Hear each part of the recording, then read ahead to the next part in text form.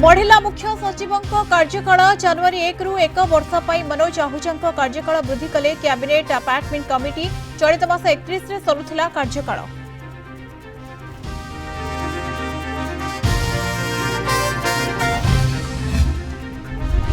भारतीय अर्थनीतिर बिंधाणी को अंतिम श्रद्धांजलि बासभवन में श्रद्धासुमन अर्पण कले प्रधानमंत्री मोदी और गृहमंत्री अमित शाह। पूर्वतन प्रधानमंत्री मनमोहन सिंह परलोक में 7 दिन पालन हेबो राष्ट्रीय शोक। आज सबु सरकारी कार्यक्रम बातिल, संपूर्ण राष्ट्रीय मर्यादा सह काली शेषकृत्य। विजिलेंस जाल कलाहांडी जूनागढ़ थानार ग्रामरक्षी एसआई 3,500 टंका लांच नेबा बेले धरा पड़े खसी पड़ाई एसआई मुकुंद खेमुन। आय बहिर्भूत संपत्ति ठूल अभियोग में 2टी स्थान में एककालीन जांच।